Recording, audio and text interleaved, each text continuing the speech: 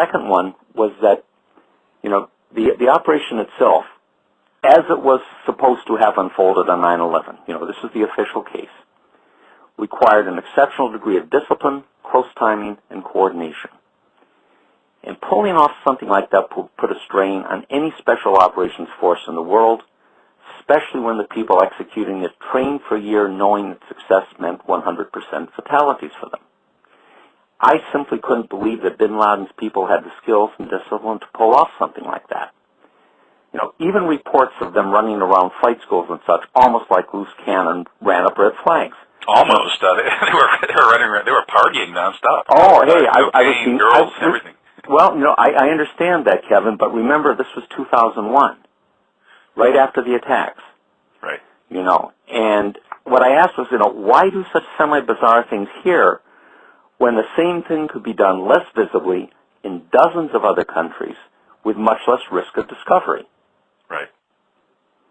There's no point to do it here. Third, and she wasn't happy with this, I said, September 11th was a smashing success, no pun intended, for whatever organization pulled it off.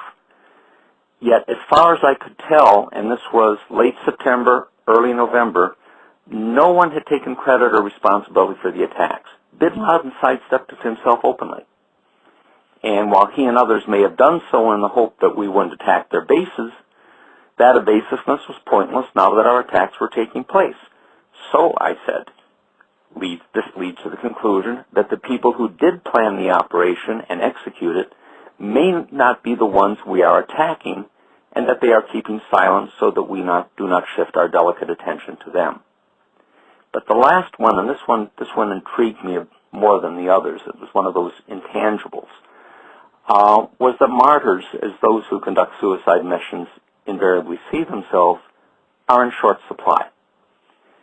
For that reason, if pre-attack ceremonies honoring them are not possible, post-attack recognition follows in short order. Displayed photographs of the dead, decked wreaths of flowers, funeral celebrations honoring their names, all of those occur, both to recognize what was done and to induce others to follow in their footsteps. Yet after September 11th, and this was in the 8 weeks afterwards, there hadn't been even a hint of that blend of memorial service and recruiting exercise from anywhere or by anyone. The people who allegedly carried out the hijackings essentially died nameless and unrecognized, except in the emerging lists of their target, us. That defies both precedent and reason, and, said I in late September and repeated it in early November of 2001, reinforces my suspicion that something in this entire exercise is rotten to the core. At that time, had you noticed the reports that some of these alleged hijackers had turned up alive after 9/11? No, I had not. Because I was paying no attention. I was paying no attention to this. I was starting a computer business, and I was almost divorced from any interest in what was happening out there, other than the fact that the attacks had taken place, that the war in Afghanistan was in its early phase, and I was less than happy about that.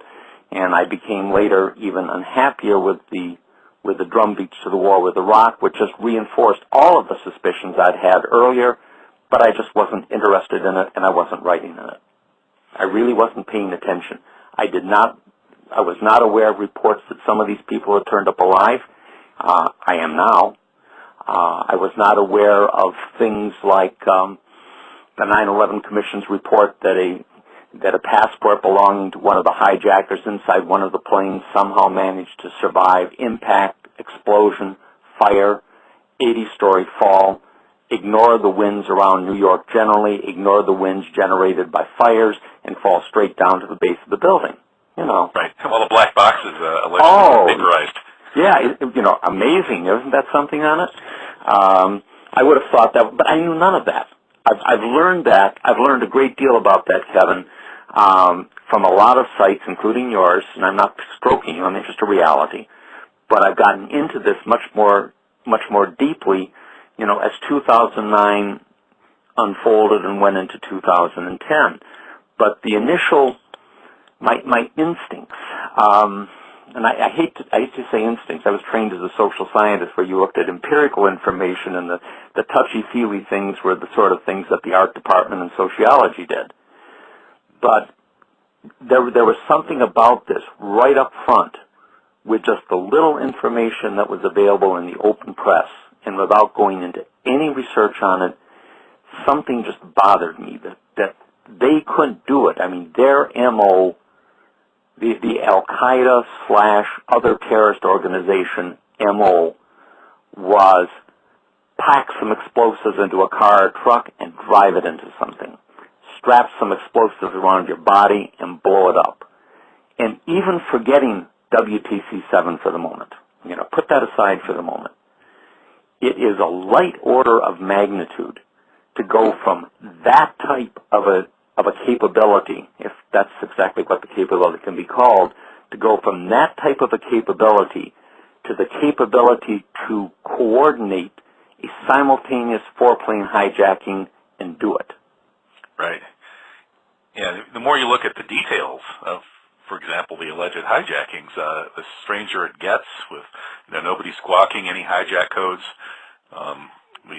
Planes flying around in the skies for an hour and a half with no air defense response, and perfect piloting. I'm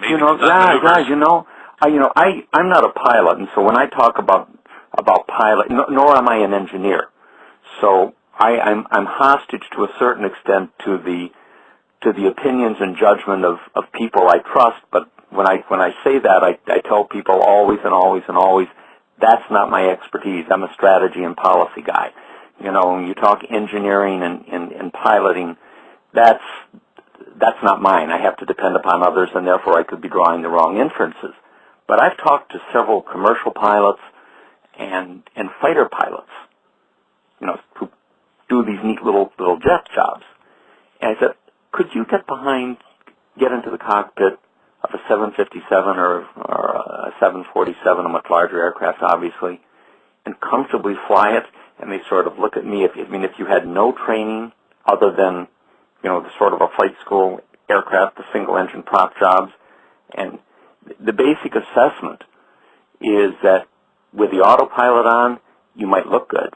When you turn the autopilot off and try to turn, you're going into the ground. Right. Period. Especially if you're going almost 600 miles an hour, like the plane that supposedly hit the South Tower. Sure, Kevin. And if you're talking something like that, now, if the guys that were named as pilots, and I did a quick look at the bios on them a few days ago, just to refresh my memory on it. I think the first time I looked at it was about 8 months ago. If these were the guys who flew it, if they actually did it, then we should all convert to Islam, because Allah was certainly with them, because nothing else in their skill package would have done it. Well, I'd like to think there would be other things going for Islam than that. Because I don't have faith in that one. No, I agree fully. I was being slightly facetious, but certainly nothing other than divine intervention would have gotten them to fly those planes. They didn't have the skills. They did not have the skills. And this in a sense leads into some of the assessments that I'm making now about 9/11. And I guess there's a couple of parts to it.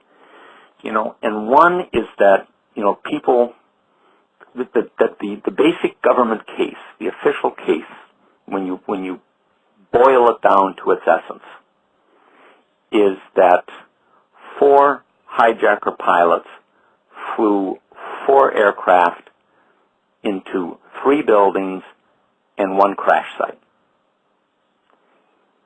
Everything else is superfluous detail. Everything else is superfluous detail. Well, the fact that they knocked down 3 skyscrapers with 2 planes is... No. I'm getting to that. Just bear with me just a moment. Okay. I'm a tired old man of 68, so I'm slowing down. But bear with me.